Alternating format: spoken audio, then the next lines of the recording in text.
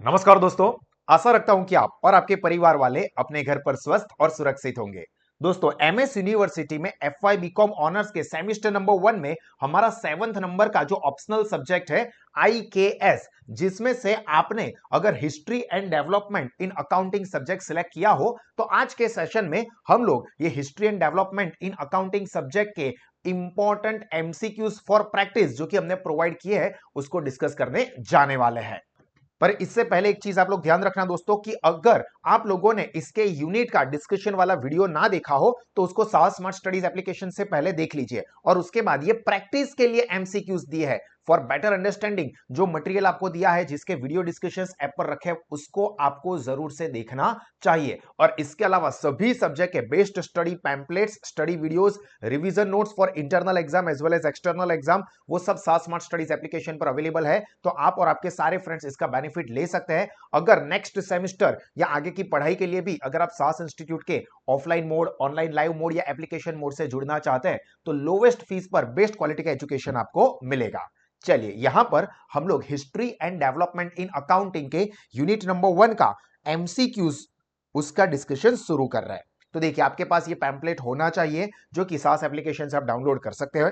सबसे पहला है अकाउंटिंग हिस्ट्री स्टडी मींस, देखो accounting history study means study of kin चीजों का स्टडी होता है। तो यहां पर देखो एमसीक्यू कोई भी तरह से ट्विस्ट करके पूछ सकते हैं, तो आपको इस सेंटेंस कंस्ट्रक्शन को समझना है। इसमें वो थोड़ा ट्विस्ट करके एमसीक्यू को चेंज कर सकते हैं। But study of evolution, evolution मतलब कैसे धीरे धीरे डेवलप हुआ है क्या, accounting thoughts, practice and institutions in the response to the change in environmental and social needs। अब इसी एमसीक्यू को इस तरह से भी पूछ सकते हैं कि accounting history is the study, accounting history study means study of evolution of blank.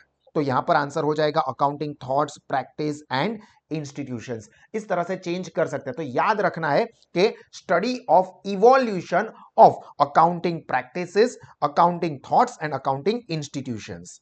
Then second, evolution of accounting is related to the development of accounting का। यहां पर देखो इवोल्यूशन जो हुआ है, जो कि हमने यहां पर पहले में देखा कि इवोल्यूशन ऑफ थॉट्स, प्रैक्टिसेस या इंस्टीट्यूशंस, तो इसका मतलब क्या होता है, तो development of culture, development of culture. Evolution of accounting is related to the development of culture. इस तरह भी पूछ सकते हैं कि development of culture is dependent on blank, तो dependent on evolution of accounting. इस तरह से ट्विस्टिंग हो सकता है।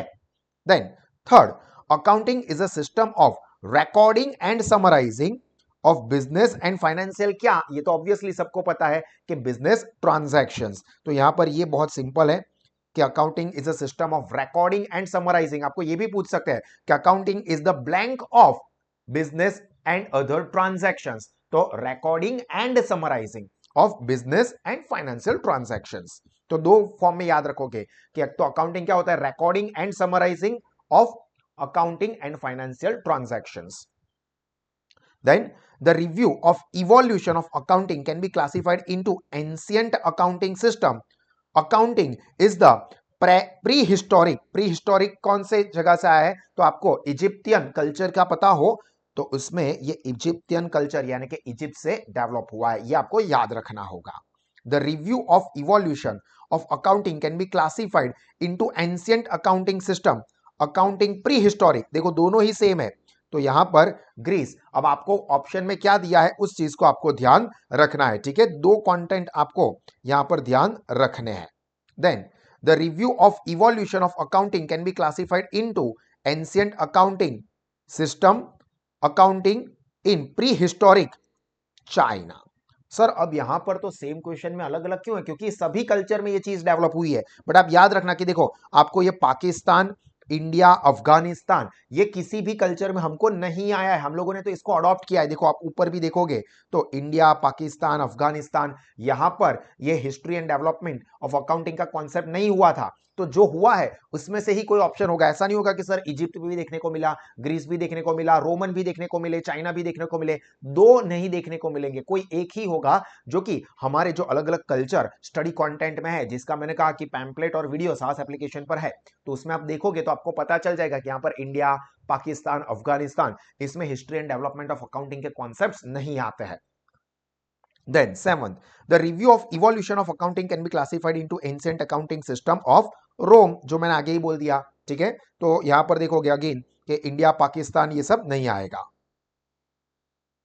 देन ये Afghanistan. Then 8, double entry book keeping system gathered that 5000 years before approx, ये हमको स्टडी कंटेंट में आया है 5000 years बिफोर। और अगर आपको याद हो तो ल्यूका पैसियोली जिन्होंने double entry book keeping system को ज्यादा प्रमोट किया था, उसके भी 1500 साल पहले, ये भी याद रखना कि 1494 में जो ल्यूका पैसियोली है उसने अपनी बुक में ये डबल एंट्री सिस्टम को प्रेजेंट किया था, पर उससे 1500 साल पहले और टोटल गिने तो तकरीबन 5000 साल पहले का हिस्ट्री रिकॉर्ड्स है, ऐसा हमको पढ़ाई में आया है। Then Chaldean, Babylonian, Assyrian, Sumerian societies were living in, ये याद रखना इंपॉर्टेंट है, मेसोपोटेमियम। यहां पर ये आपको ये सब कल्चर देखने को मिले थे, ये आपको याद रखना है। मैंने स्टडी वाले कंटेंट में जब समझाया वहां पर भी इसको इंपॉर्टेंट टिक करवाया, आप देखोगे ना तो मोस्टली एमसीक्यू वहीं से है जो हमने बोल्ड करवाया हुआ था हमारे पैम्पलेट में। आप देखना मैंने आपको बोल्ड करवाया है, हाईलाइट करवाया, टिक मार्क करवाया है, वहीं से सारे एमसीक्यूज निकल सकते हैं। Then same Chaldean, Babylonian, Assyrian, Sumerian societies were produced. Some of the, याद रखना,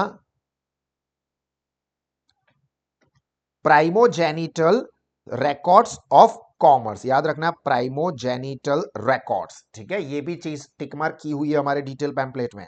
Then between the Euphrates and river Tigris, now known as the border of Iraq, ये तो वैसे थोड़ा जियोग्राफी जैसा हो गया, बट ये भी हमारे स्टडी कंटेंट में था तो आपको याद रखना होगा। यूफ्रेट्स एंड रिवर टिग्रिस जो कि इराक के बॉर्डर पे है, इराक के आजू बाजू में है। Blank cities are known as become the centre of the country trading, centre of countries trading and commerce. तो यहां पर नाइनिया एंड बेबीलोन, तो ये दोनों आ चुके हैं, तो नाइनिया एंड बेबीलोन, तो यहां पर बोथ, अगर दोनों में से कोई एक ही नाम दिया हो तो फिर आपको एक ही नाम लिखना होगा। सेंटर, मेन कीवर्ड्स याद रखना, centre of trading and commerce. Then blank become the business language all over nearest, तो ये याद रखना है Babylon.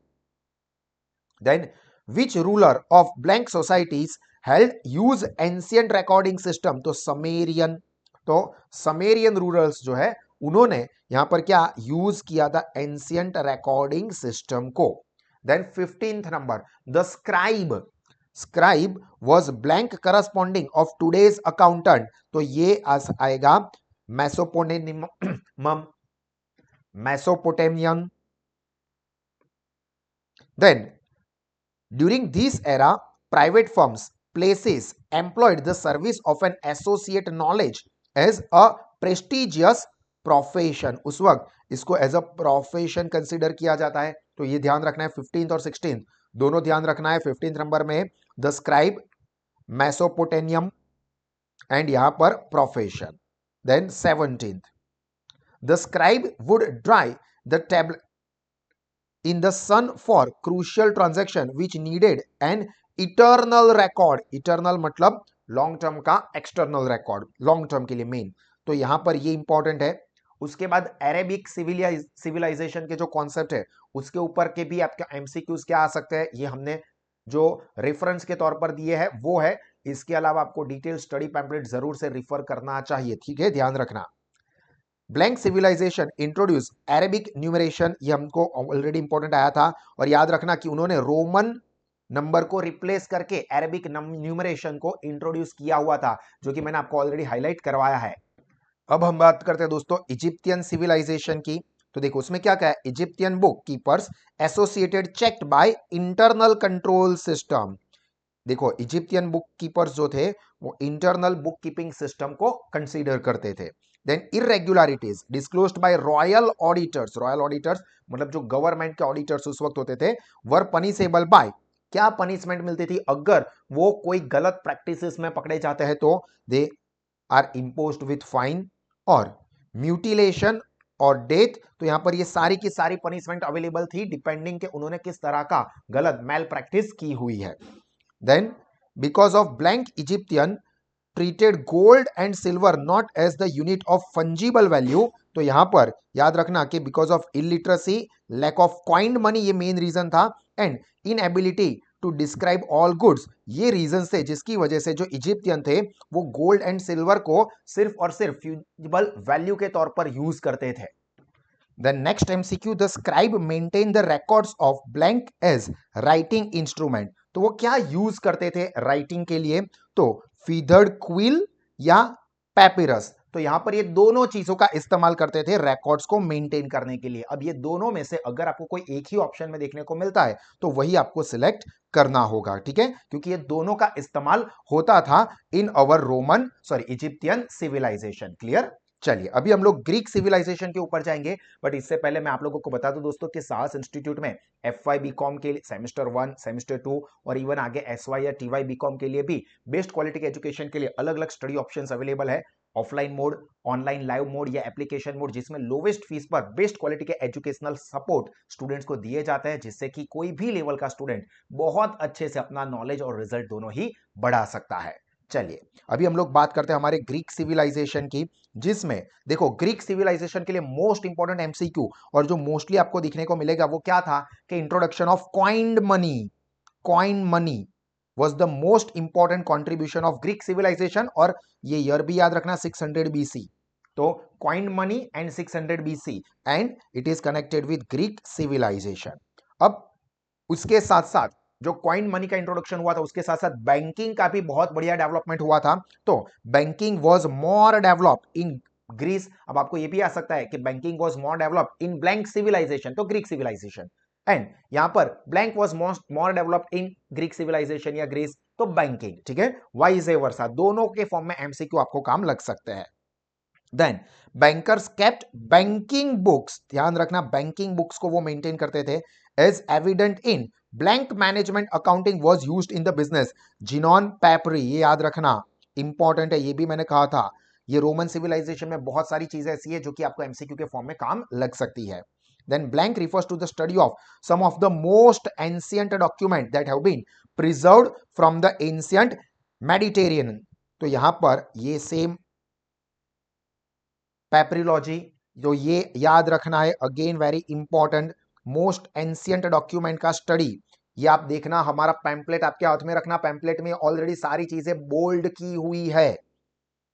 Blank is return in the Greek but also other language, तो ऑब्वियस है, such as Egyptian, Latin, Coptic, Hebrew, ये सभी यहां पर ट्रांसपोर्ट रिटर्न और दूसरे डॉक्यूमेंट्स भी है, जो कि मेन ये वाला ही है, हाँ, पैपरोलॉजी, जो कि मेन आपको देखने को मिलता है ग्रीक में, बट इसका मतलब ये नहीं है कि वो सिर्फ ग्रीक लैंग्वेज में अवेलेबल है, दूसरी सारी लैंग्वेजेस में भी उसको लिखा गया था, बट ज्यादा जो पॉपुलर हुआ था, ज्यादा जो फेमस हुआ था, यूज हुआ था, that was in Greek language. The system with blank with respect to the data generation, recording and analysis were sufficient to detect error, fraud, inefficiency in the system of Zenon Papri। ये सब में यही आएगा क्योंकि obviously कि Roman civilisation जो है वो उसी के आसपास, ग्रीक सिविलाइजेशन वो उसी के आसपास डेवलप हुआ है। Blank is little concern for decision making, तो Zenon Papri। Blank is little concern with the efficiency and probability, तो again Zenon Papri। And in the 5th century BC Greek use, ये important है, public account. 5th century में जो Greek account है, Greece है, उन्होंने ये पब्लिक अकाउंट की शुरुआत की हुई थी। एंड यहां पर blank use the public account, तो ग्रीस या ग्रीक, ठीक है, दोनों का मतलब एक ही होता है, तो ये भी आपको MCQ के फॉर्म में ट्विस्ट करके आ सकता है। अब जो मैं बार बार बोल रहा था वो रोमन सिविलाइजेशन, तो रोमन सिविलाइजेशन में देखिए blank civilisation extends from 700 BC to 400 AD, तो रोमन सिविलाइजेशन, और ये से भी आ सकता है कि Roman civilisation was extended during blank, तो 700 BC to 400 AD। No accounting records were survived the fall of Roman civilisation, क्यों? क्योंकि वो वैक्स टैबलेट पे लिखा जाता था, हमने देखा था, जिसका क्या प्रॉब्लम होता था कि नेचुरल प्रॉब्लम की वजह से भी वो डिस्ट्रॉय हो जाता था, क्योंकि वैक्स है, मीम है, मीम क्या होता है, पिघल जाता है, तो ये एक प्रॉब्लम था, और दूसरा जब अटैक वगैरह होते थे तो भी उसको प्रिजर्व करना डिफिकल्ट था, तो जो वैक्स टैबलेट है ये इंपॉर्टेंट है। And wax tablets were used during blank civilisation for accounting, तो रोमन सिविलाइजेशन, इस तरह से भी MCQ को आपको याद रखना पड़ेगा। Wax tablets was the most perishable product, पता है पेरिसेबल मतलब नाशवंत, जैसा मैंने कहा कि गर्मी आएगी पिघल जाएगा सब कुछ। Remaining physical records were destroyed due to attacks by Goths and Visigoths. ये भी याद रखना है दोनों, क्योंकि जो मैंने कहा कि एक तो नेचुरल प्रॉब्लम की वजह से वो डिस्ट्रॉय हो जाता था वैक्स टैबलेट्स, और दूसरा जब अटैक होते थे इन लोगों के तो भी ये वैक्स टैबलेट्स यानी कि अकाउंटिंग रिकॉर्ड्स थे वो डिस्ट्रॉय हो जाते थे। Then blank system was developed by in 5th century BC, तो ये तो ऑलरेडी आ गया, Zenon papyri. And today ledger is also known as codex. ये भी सेंटेंस मैंने हाईलाइट करवाया पैम्पलेट में, ठीक है। आज के समय में जो अकाउंटिंग लेजर का काम होता है वो उस कोडेक्स, ये मतलब आज की लैंग्वेज में उसको कोडेक्स का नाम दिया है। ये एक सॉफ्टवेयर भी आता है दोस्तों कोडेक्स नाम का, जो कि अकाउंटिंग के साथ ही जुड़ा हुआ है। देन चाइनीज सिविलाइजेशन बहुत ही छोटा सा था, हमें पता है, तो उसके अंदर टॉपिक कुछ खास नहीं है। Chinese use the accounting system as a mean of evaluation of the efficiency of government program and civil servant. ये ऑलरेडी आ चुका है, और उसने एक्सटेंड किया था, याद होगा आपको। Officials were needed to collect tax in the form of goods used by the central and imperial. Then the provision for penalty for non compliance by the defaulters were stringent, यानी कि strict था। And historical and budgetary control in Chinese were as early as 2000 BC। इसके अलावा Chinese civilisation में आपको यह भी याद रखना है, चाओ डायनास्टी, उसके अंदर जो अकाउंटिंग है उसका स्प्रेड ज्यादा हुआ था, और पहले वो गवर्नमेंट के जो काम थे उसके ऊपर रखे गए थे, फिर उसको एक्सपांड किया था, याद रखना। उसके अंदर मैंने टिक मार्क करवाया आपको, एक्सपांड किया था रियल एस्टेट के अंदर भी, एंड जो मर्चेंडाइज मतलब बाइंग सेलिंग ऑफ गुड्स होता है उसके अंदर भी ये अकाउंटिंग सिस्टम को डेवलप किया गया था। चाओ डायनास्टी, ये आपको याद रखना है। इसके बाद दोस्तों मेसोपोटामिया, सिरका, उसके ऊपर क्वेश्चन, तो ये तो मोस्ट इंपॉर्टेंट ये मैंने आपको टिक मार्क करवाया ही है। Blank contain the several rules pertaining to accounting, तो हम्मुराबी जो कि मेसोपोटामिया में आता था। और उसके बाद accounting was better appreciated as discipline during the era like Pacioli and renaissance period. ये दोनों इंपॉर्टेंट है क्योंकि ये दोनों एक ही में आता है, ठीक है। जो पैसियोली का टाइम पीरियड था वही रिनेसेंस पीरियड में आता है, जो कि अभी इसके बाद वाले टॉपिक से हम लोग डिस्कस करने ही वाले हैं। तो यहां तक की चीज आपको क्लियर हुई है। अब इसके आगे के एमसीक्यू रिसेनेंस पीरियड वाले, पैसियोली के पीरियड वाले देखिए, जो कि मोस्ट इंपॉर्टेंट है। उससे पहले एक बार मैं आपको याद करवा दूं दोस्तों कि साहस इंस्टीट्यूट में एफवाई बीकॉम के लिए सेमेस्टर 2 या इवन एसवाई के लिए एडमिशन ओपन हो गए। तो आप हमारी ऑफलाइन ब्रांचेस या फिर ऑनलाइन लाइव या एप्लीकेशन मोड पे जो भी आपको कन्वीनियंट है उससे आप जुड़ सकते हैं। लोवेस्ट फीस पर आपको बेस्ट क्वालिटी के एजुकेशनल फीचर्स मिलेंगे, जिससे आपका नॉलेज और रिजल्ट कम एफर्ट्स के साथ बढ़ सकता है। तो आप सभी इसका बेनिफिट जरूर से लीजिए। चलिए, द रिनेसेंस, तो the renaissance is derived from, आपको पता है कि फ्रेंच वर्ड से आया है। रिनेसेंस मींस कल्चरल रीबर्थ, जिसके अंदर हमने देखा था कि रिनेसेंस पीरियड में क्या था, जो आगे की चीजें आ चुकी थी उसी को फिर से स्टडी किया जाता था। याद करो, मैंने हाईलाइट करवाया है। रिनेसेंस पीरियड का मतलब क्या है कि उसके अंदर जो आगे के कल्चर्स है उसी को फिर से समझने की कोशिश की गई है, फिर से डेवलप किया गया है। The world wide double entry book keeping system ओज इन इटालियन मंक, जिसका नाम है हमें पता है, Italian monk Luca Pacioli. Luca Pacioli का पूरा नाम क्या है, पैम्पलेट में मैंने टिक कराया है, चलो याद हो तो कमेंट सेक्शन में लिखो। The full name of Luca Pacioli, जिसने 1494 एडी में उसकी एक बुक थी उसके अंदर डबल एंट्री सिस्टम को इंट्रोड्यूस किया था। और इसके अंदर आपको यह भी याद रखना है कि डेबिट क्रेडिट दो इफेक्ट बताई थी, receiving benefit, giving something. Debit originally कौन से वर्ड से आया था, याद रखना, पैम्पलेट में टिक करवाया मैंने, डेबिट और क्रेडिट वर्ड, चलो वो भी कमेंट सेक्शन में लिखो। तो original word for debit and credit, देखते हैं किन लोगों को याद है।